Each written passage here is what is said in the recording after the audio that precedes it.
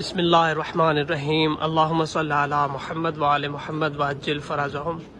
رمضان الکریم کا پاک عظیم بابرکت مغفرت والا مہینہ ہے اور میں موجود ہوں مولا امام حسین علیہ السلام کے حرم میں۔ رب العالمین سے دعا ہے آپ سب کی زندگی میں ایک ایسا رمضان بھی آئے کہ آپ کی سحری نجف میں ہو اور آپ کی افطاری کربلا میں ہو۔